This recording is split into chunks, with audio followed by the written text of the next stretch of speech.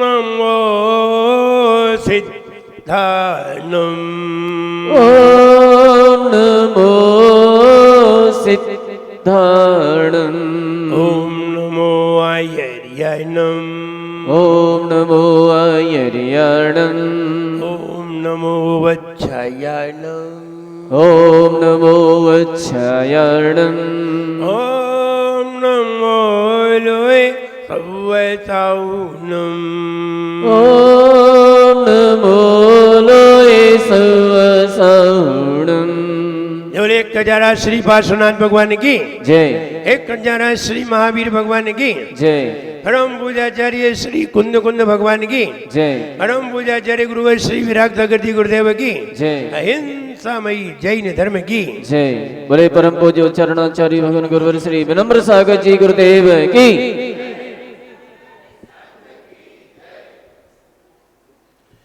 सम्यक दर्शन के प्रकरण में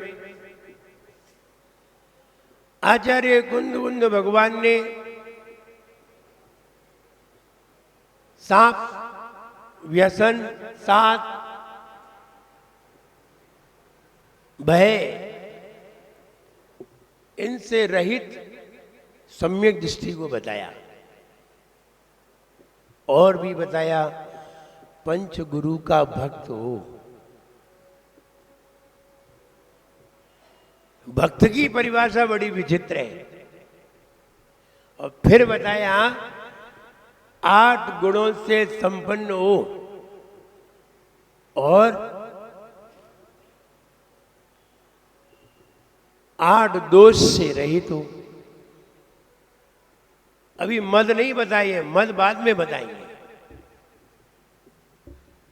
8 गुणों से संपन्न हो, पंच गुरु का भक्त हो। बात समझिए। 8 गुण दर्शाए और कहा कि 8 गुण उसके अंदर दिखाई देना चाहिए। अभिव्यक्त में भले ही 1-2 दिखाई दे, लेकिन 8 होना चाहिए। अभिव्यक्ति हमेशा सभी की एक सी नहीं होती। अभिव्यक्ति में 1 गुण ही दिखाई देगा, लेकिन अंदर बहुत सारे गुण हो सकते हैं। ऐसा नहीं है नहीं होते। ऐसा ही यहां कहा, निस्संकित गुण रहे जहां, निस्संकित गुण रहे जहां, सम्यक दर्शन रहे वहां।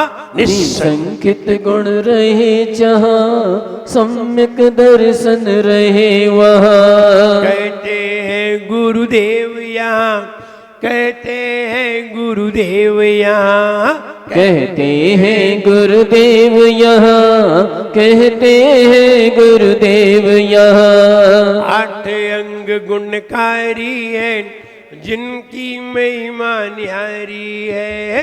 8 अंग गुणकारी है जिनकी महिमा न्यारी है। सम्यक बिन भव में हो, सम्यक बिन भव में भ्रम पार न पाए रे। जीवन है पानी की बूंद कब मिट जाए रे। हो जीवन है पानी की बूंद कब मिट जाए रे।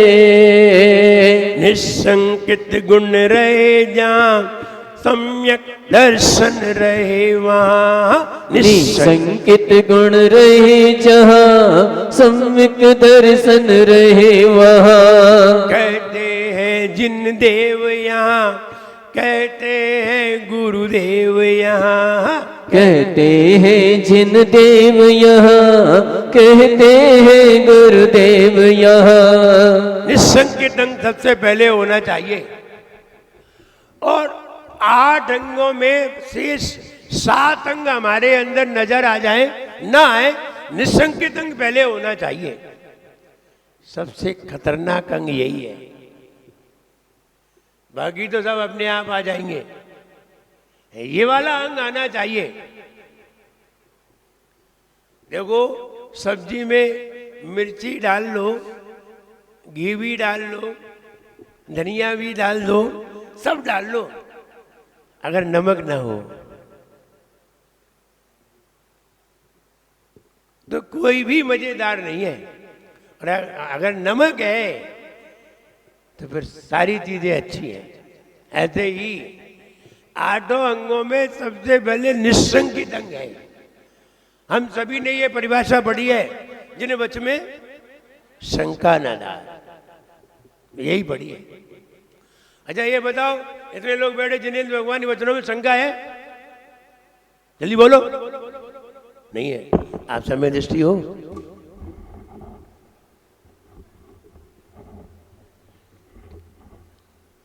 जिन वच में शंका नहीं है, किसी को भी नहीं है, और फिर भी समय दर्शन का पता ही नहीं है। और ये तो बताओ, पहले पक्का तो कर लो, जिन वच में शंका है भी या नहीं है, तो पता चलेगा सब झूठ कहते हैं। जिन वच में शंका न धार, और फिर भी कार्य जिनेंद्र भगवान के अनुरूप नहीं है, शंका है। शंका तो रंच मात्र नहीं है। कहने में क्या जा रहा है? नहीं, हमें तो कोई शंका नहीं, और शंका ही शंका भरी है।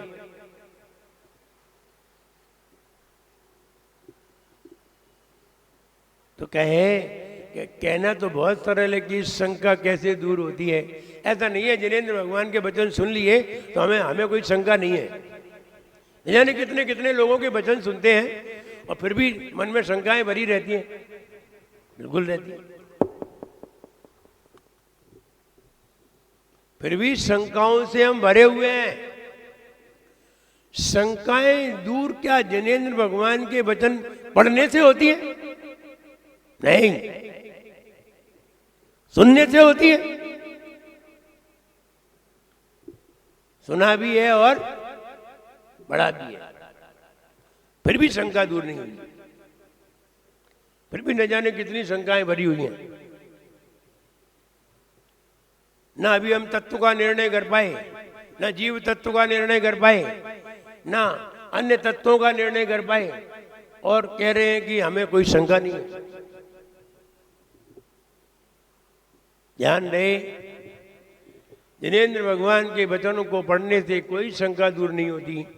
हाँ, लिखा जरूर है, लेकिन जिनेंद्र भगवान को पढ़ करके, जिनेंद्र भगवान के वचनों को पढ़ करके जब तक हम उसे समझेंगे नहीं, तब तक कोई भी शंका दूर नहीं होगी। वो पढ़ते रहो, दिन भर पूजा पढ़ो। कितने दिन से पूजा पढ़ रहे हैं?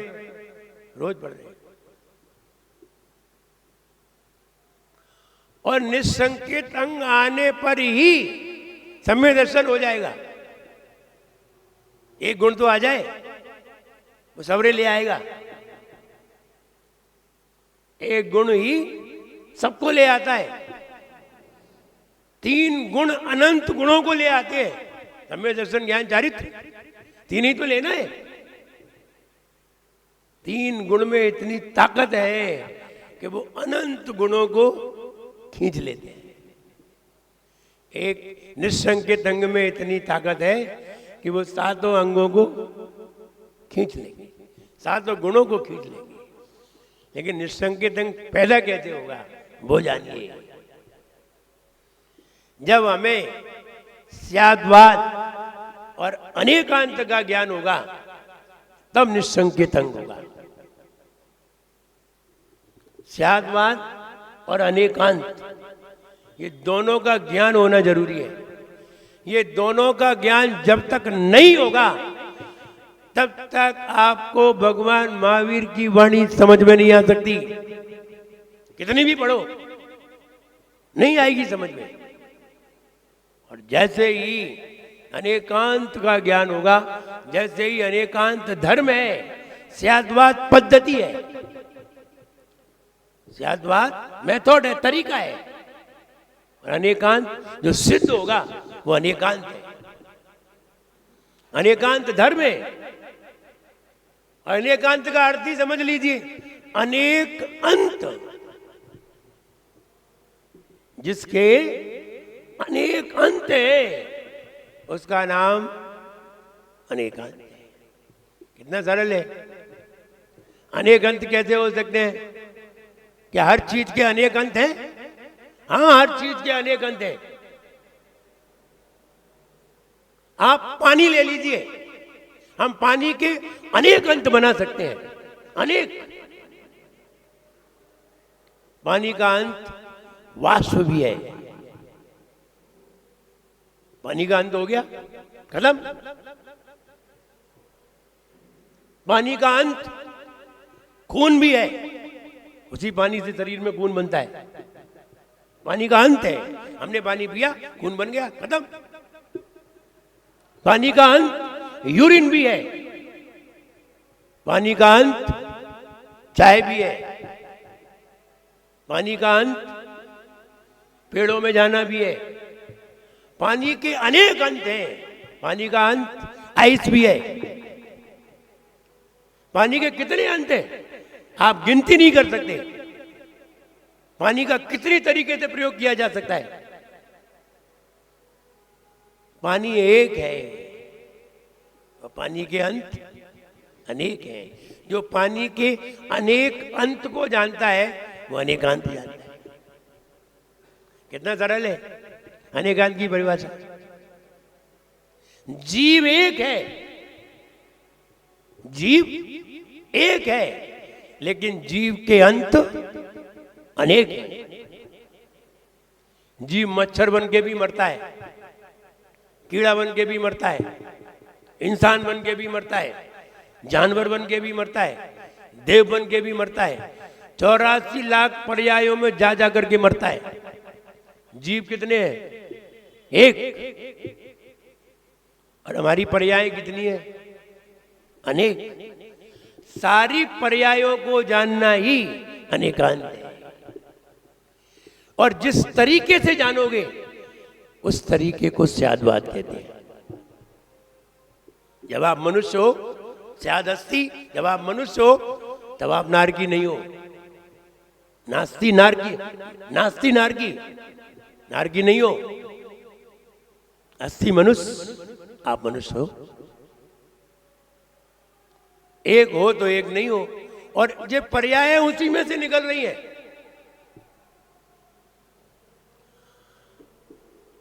आपने आटे से रोटी बनाई और रोटी जब सूख गई तो खांगरा बना दिया, और खांगरा को चूर दिया तो पोहा बना दिया। अब बताओ, जब पोहा बना तब खांगरा है? नहीं। खांगरा बना था तब रोटी थी? नहीं। रोटी बनी थी तब आटा था? नहीं था। आटे से ही सब बना है, लेकिन अलग अलग नाम दिए गए हैं। इसी का नाम अनेकांत है।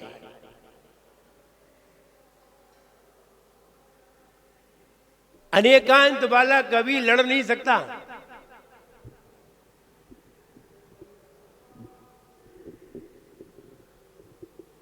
जब भगवान महावीर विचरण कर रहे थे मुनि बन करके, तो एक व्यक्ति ने कहा कि भगवान महावीर तो ज्ञानी है। तो दूसरा बाजू में खड़ा था, नहीं, भगवान महावीर अज्ञानी है। अब दोनों लड़ पड़े। एक कह रहा था ज्ञानी है, एक कह रहा था अज्ञानी है। लड़ दोनों पड़े। और लड़ते लड़ते वहां बहुत सारे लोग एकत्र हो गए। उन्होंने कहा क्यों लड़ रहे हैं? बोला ये कह रहा है कि भगवान महावीर ज्ञानी है और हम कह रहे हैं कि अज्ञानी है। बोले लड़ते क्यों? चलो भगवान महावीर से ही पूछते हैं। अच्छा, भगवान महावीर के सामने गए तो भगवान महावीर ने कहा ये भी सही कह रहा है, ये भी सही कह रहा है। यही अनेकांत है।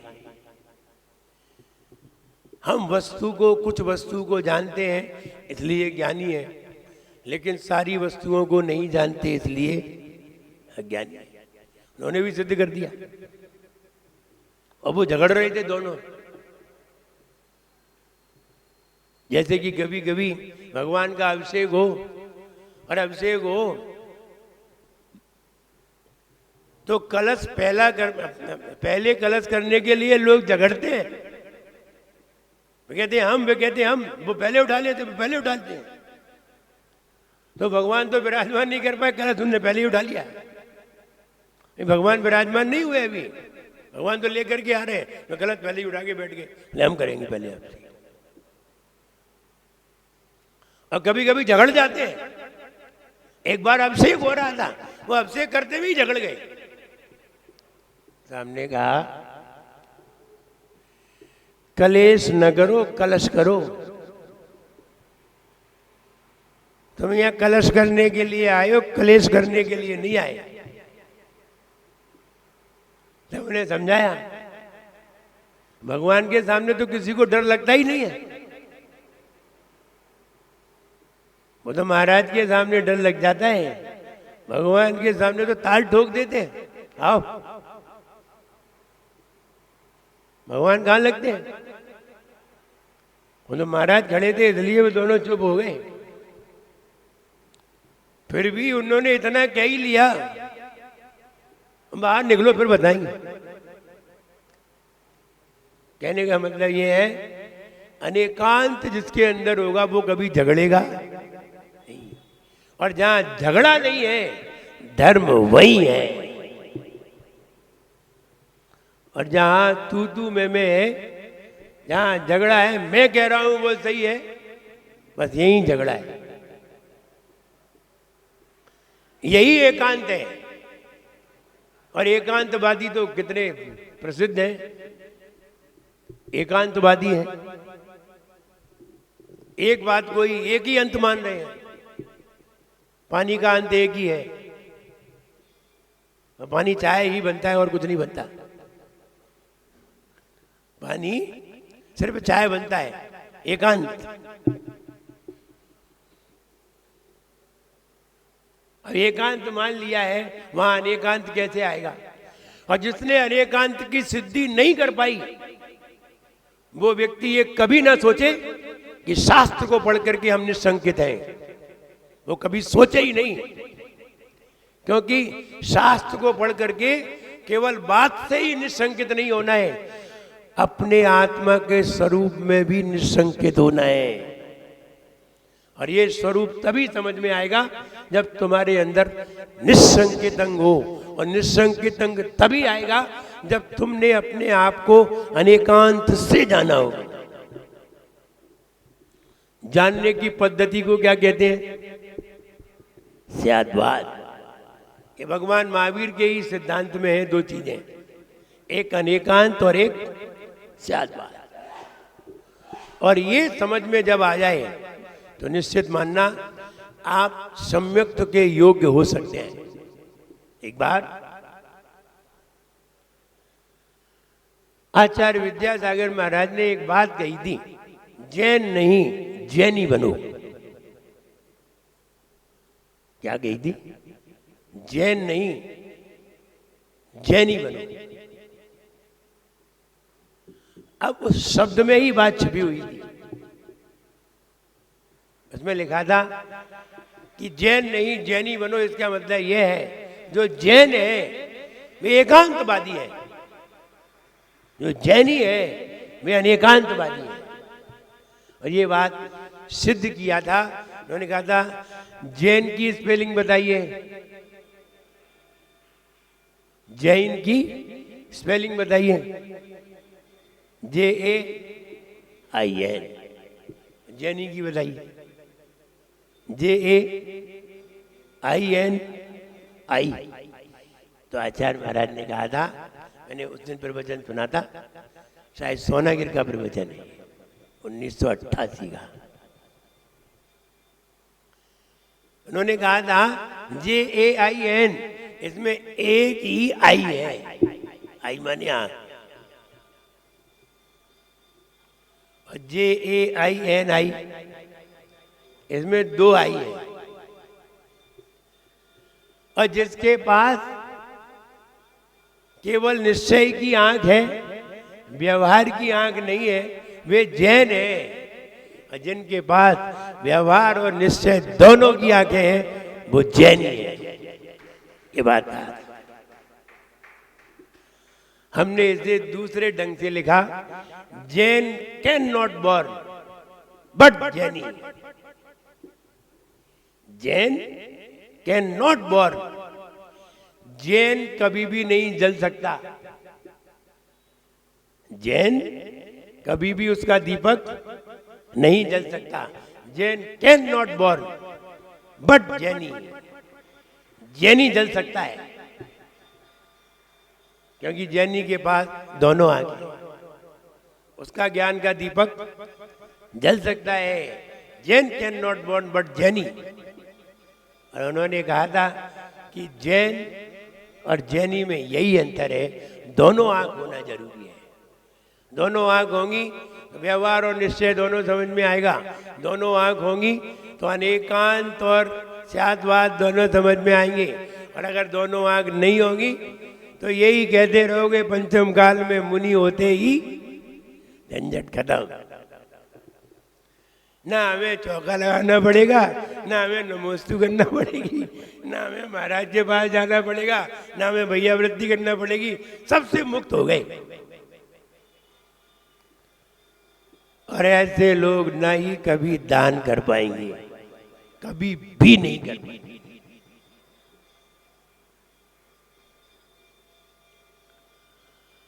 और कभी दूसरे के द्वारा दान करवा भी दिया तो फल उसी को मिलेगा, इसको नहीं मिलेगा।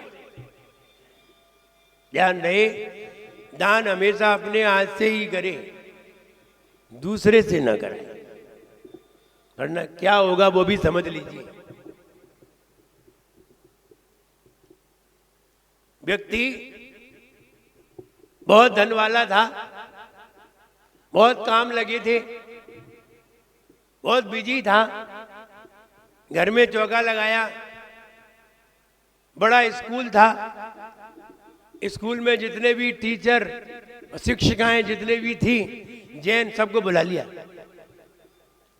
और कहा चौका लग रहा है, आप पढ़ाने के लिए आओ।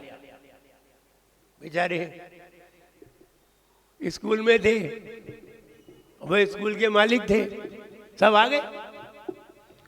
और कई लोग इस उद्देश्य से भी आ गए कि मेरा सौभाग्य कि हमें हार देने मिले। कई लोग इस उद्देश्य से भी आ गए कि अब जाना पड़ेगा, चाहे मन से जाओ चाहे बेमन से जाओ। पड़गान करने के लिए आ गए, पड़गान भी कर लिया, हार भी दे लिया। मालिक ने नहीं दिया, मालिक बाहर खड़ा रहा। तब हमने उसे ये बात बताई, मालूम है कुछ लोग ऐसे होते हैं जिनके पास धन तो बहुत होता है, लेकिन मूंग की दाल का पानी पी करके गुजारा करना पड़ता है। ऐसे लोग देखे? बोले हाँ बहुत है, ऐसे ही बहुत है। धन है और घी के पीपे भरे रखे हैं और नौकर घी के पुए खाते हैं, मालिक मूंग की दाल का पानी पीते हैं। कारण जानिए, जो व्यक्ति अपने हाथ से साधु को आहार न दे सके उसे भोजन करने का अधिकार नहीं है। और अगर कर भी लोगे तो वही खा सकते हो जो तुमने दिया है, जो दिया नहीं है वो खा भी नहीं सकते। ये नौकर क्यों मस्त हैं? इन्होंने आहार दिए थे इसलिए वो मस्त हैं, स्वस्थ हैं। और जिन्होंने धन दिया था उनको धन तो मिला है, लेकिन ये नहीं मिलेगा। घी रखा रहेगा, देखते रहो, बस देखना है, और नौकर मालपुआ खाएंगे। तो जो दे नहीं सकता है उसे लेने का भी अधिकार नहीं है। कहते हैं ना, देने का अधिकार जिसे, लेने का अधिकार उसे। जो दे सकता है वही ले सकता है, जो दिया है वही मिलेगा। कभी कभी हम देखते हैं, यहां भी देखते हैं, सब जगह मोहल्ले में एक घर में चौका लगता है और पड़ोसी सारे इकट्ठे हो जाते हैं। कभी बुला लिए जाते हैं, कभी बिना बुलाए भी आ जाते हैं। ऐसा नहीं है कि बुलाए ही आते हैं, बिना बुलाए भी आ जाते हैं। कभी बुलाए जाते हैं क्योंकि वो आपस में मित्र हो और उन्हें अच्छा लगे यहाँ ये व्यक्ति सक्षम है तो बुला लेते हैं। और एक व्यक्ति चौका लगाता है, पूरे रिश्तेदार बुला लेता है, जितने मोहल्ले में होंगे, आसपास होंगे। अगर 10-20 किलोमीटर में हो उनको ही बुला लेता है। मुझे याद आता है, मैं भोपाल में था, भोपाल में चातुर्मास था। किसी के यहाँ अगर 2-4 दिन आहार नहीं हो, वो दिल्ली से भी बुला ले। उसने ललितपुर फोन करके उन लोगों को बुला लिया जो लोग हमें पहले से जानते थे। तो हमने कैसे आए, क्या बात है, कोई कार्यक्रम तो है नहीं, आप आए कैसे? अरे बोले वो उनके यहाँ चौका लगाए। तो हमने अच्छा, पड़गान करने के लिए आए हो। व्यक्ति कितनी जुगाड़ लगाता है, सारे रिश्तेदार बुला लेता है, पड़ोसी बुला लेता है, मोहल्ले के बुला लेता है, और जिनकी महाराज से पहचान हो उन्हें जरूर बुलाए, तुम पहले आओ। उसका मूल उद्देश्य ये है कि मेरे यहां जल्दी से आ। समझिए, उसकी भावना देखिए कि वो क्या क्या सोचता है। और जिसके यहाँ चौका नहीं हो, चौका नहीं लगा है, वो कुछ नहीं सोचता, उसे कोई मतलब नहीं, चाहे हार हो चाहे नहीं। और जब जिसके यहाँ आहार हो जाए बस उसका आनंद देखिए। तुम बड़े से बड़ा सिद्ध चक्र विधान करा लो, तब भी तुम्हें वो आनंद नहीं आएगा जो आनंद आहार देने के बाद आता है। कल्पना नहीं कर सकते। आहार ही तो दिया है, आनंद क्यों आया? उसका आनंद ही अलग है, और उस दिन का आनंद अलग है। पूरे दिन आनंद रहता है। अगर निरंतराय आहार हो जाए तो पूरे दिन आनंद रहता है। उस आनंद को पाने के लिए व्यक्ति ये चाहता है कि वे मेरे यहाँ मुनिराज के आहार हो। कितना प्रयास करता है, सवेरे से लग जाता है। ध्यान रहे, जब अनेकांत धर्म समझ में आता है तब ये बात समझ में आती है, धन्य है ये मुनि महाराज। एक हम है, जरा सा त्याग नहीं कर पाते, और ये मुनिराज है, सारी दुनिया छोड़ करके चल दिए हैं, अपनी किस्मत पे भरोसा करते हैं। आज मेरी किस्मत में है या नहीं देखते हैं, अंतराय का पालन करते हैं। श्रावक लोग हैं, अंतराय का पालन करते हैं। तुम लोगों को कभी अंतराय आता है? तुम लोग तो पुण्यात्मा हो, सारे लोग पुण्यात्मा है, अंतराय ही नहीं आते। सारे पाप तो महाराज के खाते में है, जो हार लेते समय अंतराय आ जाते हैं। तुम लोगों की अंतराय क्यों नहीं आती, ये तो बताओ।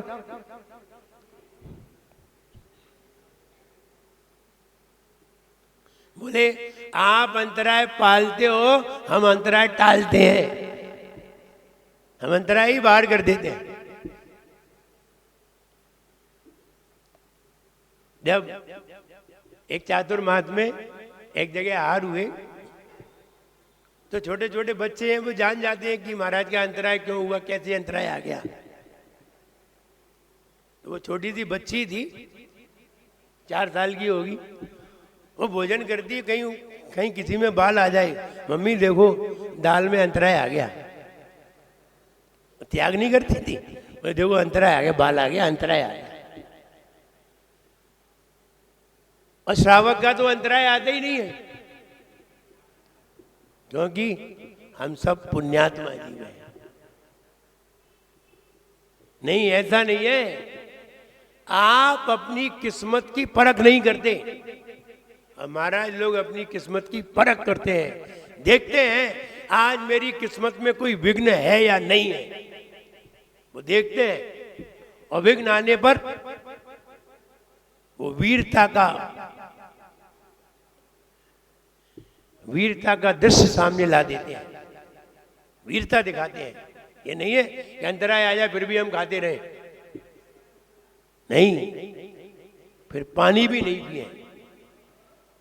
कितना कठिन होता है जब अनेकांत धर्म समझ में आए और एक दिन हम ऐसा त्याग करके जरा इस तरह से भोजन करके देखें, तब समझ में आता है कि कितना कठिन मार्ग है, फिर भी साधु उसे सहज में करते हैं, तब उसे लगता है। हम ये कहें निस्संकेतं, जब तक अनेकांत धर्म समझ में नहीं आएगा, हर वस्तु के अनेक धर्म समझिए और वस्तु के बाद में समझिए, पहले अपने आप को समझिए। आपके अंदर कितनी पर्याय है, अनंत पर्याय है। ये अनंत पर्यायों को जानिए। अनंत पर्याय निकल गई और असंख्यात पर्याय आ रही है और अनंत पर्याय आएंगी। सबका तुम्हें ज्ञान होना चाहिए, तब तुम्हें अनेकांत धर्म समझ में आएगा, वरना समझ में नहीं आएगा। और अनेकांत धर्म समझ में आया नहीं और हम निस्संकित होना चाहते हैं, ये संभव नहीं है। हर वस्तु का अनेक धर्म समझिए, कोई भी चीज हो उसमें भी अनंत पर्याय बैठी हुई है। किसी भी चीज को ले लीजिए, आप कपड़े भी पहने, इसमें भी अनंत पर्याय बैठी है। आपको भले ही एक पर्याय दिखाई दे रही है, लेकिन इस कपड़े में भी अनंत पर्याय बैठी है। बताओ, इस कपड़े में केले की पर्याय है कि नहीं? बोले हमें नहीं मालूम। इस कपड़े में केले की भी पर्याय बैठी है, दिखाई नहीं दे रही है। जिस दिन इस कपड़े को जला करके तुम केले के पेड़ के नीचे डाल दोगे, वो केले का पेड़ ही इसके परमाणु अपने अपने पेड़ में परिवर्तन करके केला बना देगा। इसी में केले की पर्याय बैठी है। ऐसा नहीं है इसमें नहीं है, सारी पर्याय बैठी है। कोई सी भी पर्याय इसमें घटित कर सकते हैं। ऐसा जानना ही अनेकांत है और ऐसा ज्ञान होना बहुत जरूरी है। अगर आप सम्यक दर्शन के प्रति लालायित हैं तो ऐसा ज्ञान जरूर प्राप्त करिए। हर एक द्रव्य में कई पर्याय बैठी हुई है। ये सामने तुम नारियल रखा हुआ है, पुष्प रखे हुए हैं, इन पुष्पों में कई पर्याय विराजमान है। वर्तमान में एक पर्याय नजर आ रही है, जैसे कि मेरी आत्मा में कई पर्याय विराजमान है। हम कितनी पर्यायों से गुजर के आ चुके, कितनी पर्याय पढ़ो। कल अनंत निगोद मझार विचो एक इंद्रिय तनधार। अनंत काल तक कितनी पर्याय धारण की है हमने। इस जीव में कितनी पर्याय निकल चुकी, कितनी पर्याय आगे है और क्षण क्षण में पर्याय बदलती है। कितनी सारी पर्याय हैं, सब जानिए। नहीं जानोगे जीव में गुण कितने हैं, अनंत। पर्याय कितनी है, अनंत। गुण से ज्यादा पर्याय है। गुण बिकारा पर्याय, गुण में बिकारा आएगा, पर्याय बन जाएगी। तो कहने का मतलब यह है ये सब जानने पर हमारे अंदर निस्संकेत अंग पैदा होता है। कैसे कैसे? आपसे कोई जानवर कह दे, अब आपका तो पारा चढ़ जाएगा। लेकिन जब अनेकांत का चिंतन करोगे तो हम कई बार जानवर होकर के आए तो गुस्सा नहीं आएगा, निस्संकेत अंग आ जाएगा तुम्हारे अंदर। तो निस्संकेत अंग अनेकांत धर्म को जानने पर आएगा। जिन वच में शंका न धार, फिर तुमने अनेकांत धर्म को जान लिया, अब जनेन्द्र भगवान के वचनों में कोई शंका नहीं होगी। फिर कोई शंका नहीं होगी, जो पढ़ोगे बिल्कुल सही लगेगा। और सही लगेगा तो शंका होगी ही नहीं। शंका नहीं होगी तो हमारे अंदर सम्यक दर्शन उत्पन्न होगा। इसलिए अनेकांत धर्म निस्संकेत अंग बनाने के लिए अपने अंदर क्या चाहिए? नंबर 1 अनेकांत धर्म, नंबर 2 स्याद्वाद पद्धति। ये दो चीजें अगर आपने निश्चय से अपनी आत्मा में अनुभव कर लिया तो आपके अंदर निस्संकेत अंग को कोई नहीं रोक सकता। उसके बाद कौन सा अंग होगा? निकांक्षित अंग। अब आपने सारी पर्याय जान ली, अब आपने अपनी सिद्धत्व की पर्याय भी जान ली, केवली पर्याय भी जान ली अपने अंदर।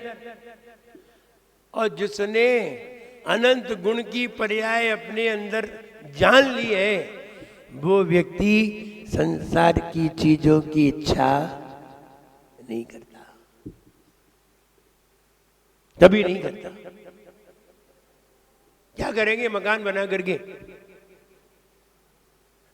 क्या करेंगे दुनिया भर का व्यापार करके? क्या करेंगे धन इकट्ठा करके? क्या हो जाएगा इससे? आदमी कहां सोचता है? हमने 100 करोड़ रुपए इकट्ठे कर लिए तो क्या हो जाएगा इससे? कल एक झटका लग गया तो, और आधी लग गया तो वो 100 करोड़ और जल्दी झटका लगा देंगे। वैसे तो नहीं भी लगता, ये और जल्दी झटका ले आए। जरा सा किसी ने छीन लिया और छुड़ा लिया तो वहीं की वहीं झटका लग जाए। घर पर भी नहीं आ पाओ। इसे तो नहीं थे तो बढ़िया थे।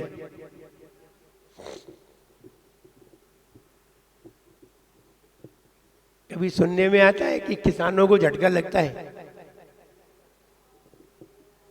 और सुनने में आता है महिलाओं वालों को झटका लगते हैं। वे लगते ही रहते। तो कहने का मतलब ये है कि उसे धन की कोई आकांक्षा नहीं होती, इसलिए उसके अंदर निकांक्षित अंग आ जाता है। वो धर्म तो करता है लेकिन धर्म के बदले में संसार की इच्छाओं को नहीं करता। अपने आप आ गया निसंकेत अंग आने से निकांक्षित अंग अपने आप आ गया। फिर आप किसी दिगंबर साधु को देखते हैं तो आपके अंदर भैया बत्ती करने का भाव उमड़ जाता है, आपके अंदर सेवा करने का भाव आ जाता है। कोई मुनिराज बीमार दिखते हैं तो आपको आपके अंदर औषधि देने का भाव आ जाता है, आपके अंदर उनकी सेवा करने का भाव आ जाता है। इनकी पीड़ा कैसे भी ठीक हो ये भाव आने लगता है, क्योंकि आप अनेकांत धर्म समझ गए। इसी को ही निर्विचिकित्सा अंग। मुनिराज को देख करके उनकी सेवा करने का भाव आ जाए। देखो एक बात बताएं, हमें सारी चीजें दूसरे से प्राप्त होती हैं, खुद से कुछ नहीं मिलता। अच्छी तरह जानिए, हमें सारी चीजें दूसरे से प्राप्त होती हैं, खुद से कुछ भी नहीं मिलता। खुद से चला और जाएगा, और मिलेगा क्या वो बाद में समझ में आएगा। आपको शरीर स्वस्थ मिला है, बताइए किससे? किससे? भैया वृत्ति करने से। किसकी? भैया वृत्ति किसकी? किसकी? साधु की, पड़ोसी की नहीं, साधु की। भैया वृत्ति करने से शरीर स्वस्थ होता है। जब पांचों पांडवों ने नेमिनाथ भगवान के पास प्रश्न पूछा, भगवान हम पांचों पांडव एक ही मां के पुत्र हैं, एक ही पिता की संतान है, फिर बताइए सबसे ज्यादा ताकत भीम को क्यों है? क्या हमारी मां ने कुछ कमी की? कि हमें पैदा करते समय दूध नहीं पिया हो, बादाम नहीं खाए हो, भीम के समय में खाया हो, ऐसा हुआ है क्या? बोले नहीं। भीम वो व्यक्ति है जिसने दिगंबर साधुओं की बहुत भैया वृत्ति की थी, इसलिए आज उसके हाथ मजबूत है, आज उसका शरीर मजबूत है। भैया वृत्ति का फल शरीर की स्वस्थता है। तो कहे स्वस्थता किससे मिली? साधु से। तुम्हें भोजन किससे मिला? साधु से। तुमने एक गिलास दिया, उसने तुम्हें 1,00,000 गिलास लौटा करके तुम्हारे घर में दे गया।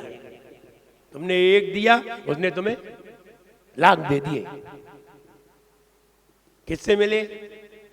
साधु से। निरोग शरीर मिला किससे? बीमार नहीं हो तुम। निरोग शरीर किससे मिला? साधु से, क्योंकि साधु को हमने औषधि दी थी। इससे क्या मिला? निरोग शरीर। तुम निर्भय हो, किस कारण? तुमने साधु को अभय दिया था। हमें दुनिया भर की संपदा किससे मिली? रत्नकरण साहब का आचार पढ़ा है? 115 नंबर गाथा पढ़ना। उच्चैर गोत्रम प्रणुते दानात भोगो। उच्चैर गोत्रम प्रणुते दानात भोगो। जब कोई दिगंबर मुनिराज को प्रणाम करता है तब हमें उच्च गोत्र की प्राप्ति होती है। उच्चैर गोत्रम प्रणुते तपोनिधिषु। कोई मुनिराज को प्रणाम करते हैं तो हमें कौन सा गोत्र प्राप्त होता है?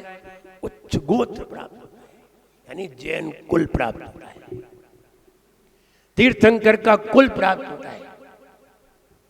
दानात भोगो।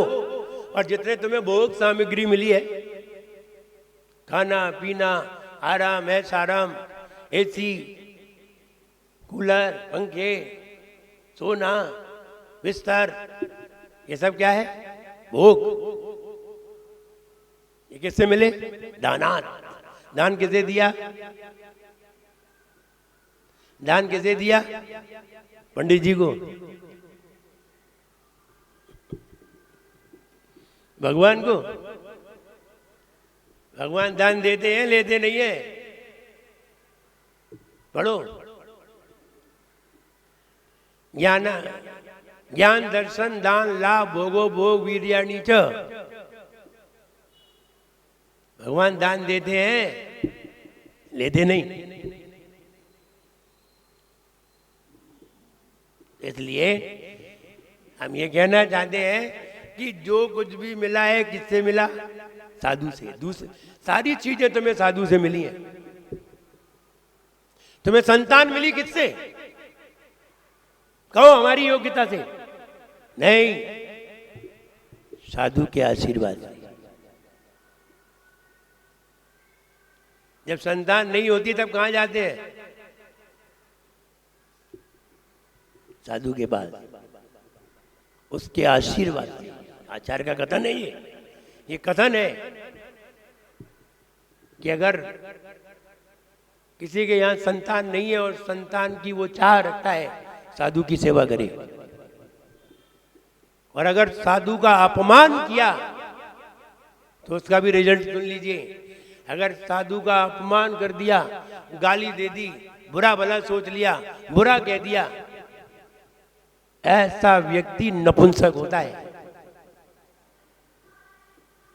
और अगर इस जन्म में वो मनुष्य हो गया है और उसकी संतान है और फिर भी वो साधु की आलोचना करता है, तो ऐसे व्यक्ति की संतान असमय में मर जाती है, असमय में मरती है, यानी अकाल मौत में मरती है। ऐसे लोगों की ही मरती है। और वो कहे नहीं, हम तो साधु की बहुत सेवा करते थे, फिर भी हमारी संतान मर गई। तो आप ये जानिए, आपने पूर्व में कभी साधु की निंदा की होगी, उसके रिजल्ट में ये हुआ है। ऐसा नहीं है आप भगवान की पूजन करते हैं तो आपकी अकाल मौत नहीं होगी, ऐसा नहीं है। आप गुरु की सेवा करते हैं, आपकी अकाल मौत नहीं होगी, हो सकती है। शिखर जी जा रहे तो अकाल मृत्यु नहीं होगी, हो सकती है, कहीं भी हो सकती है। अकाल मृत्यु क्यों होती है यह भी तो जानना पड़ेगा। होने का कारण क्या है, कौन से कर्म के उदय से होती है। इसमें एक कर्म नहीं मिलते, बहुत सारे कर्म मिलते हैं, तब अकाल मृत्यु होती है। एक कर्म से तो कोई कर्म की प्रकृति ऐसी है ही नहीं जिस कारण से अकाल मृत्यु हो। बताइए कौन सा कर्म है, कोई कर्म ऐसा नहीं है। अकाल मृत्यु कोई कर्म होते ही नहीं है, ये तो बनता है।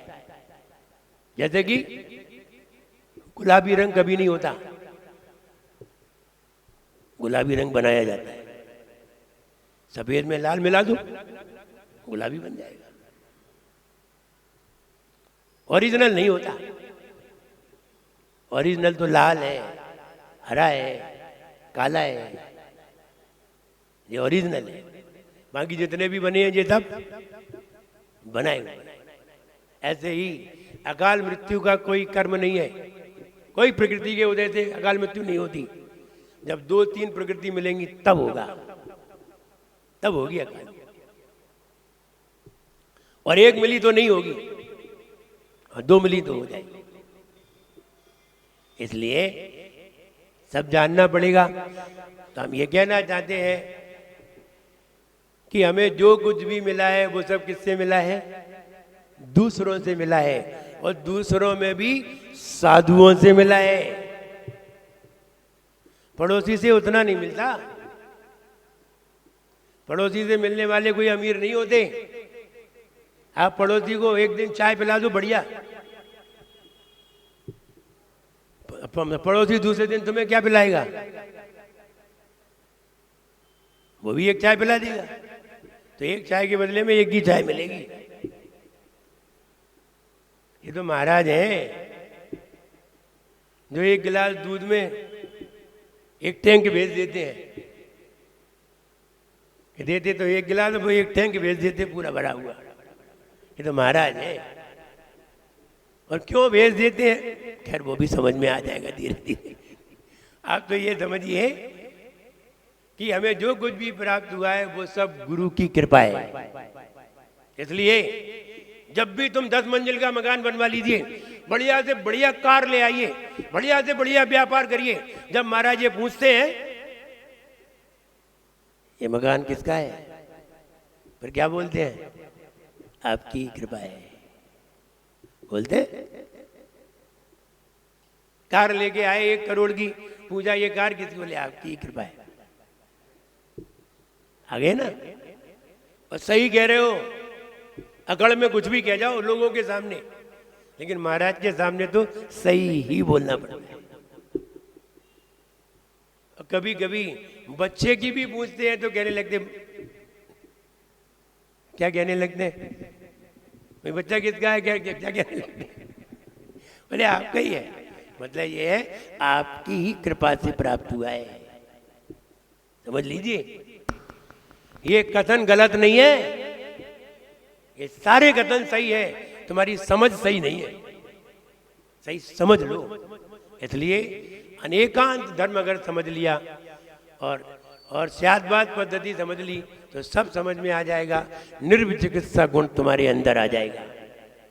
उपगुआन, फिर किसी की गलती देख करके तुम किसी से कहते नहीं फिरोगे, जान जाओगे ये गलती क्यों हुई है,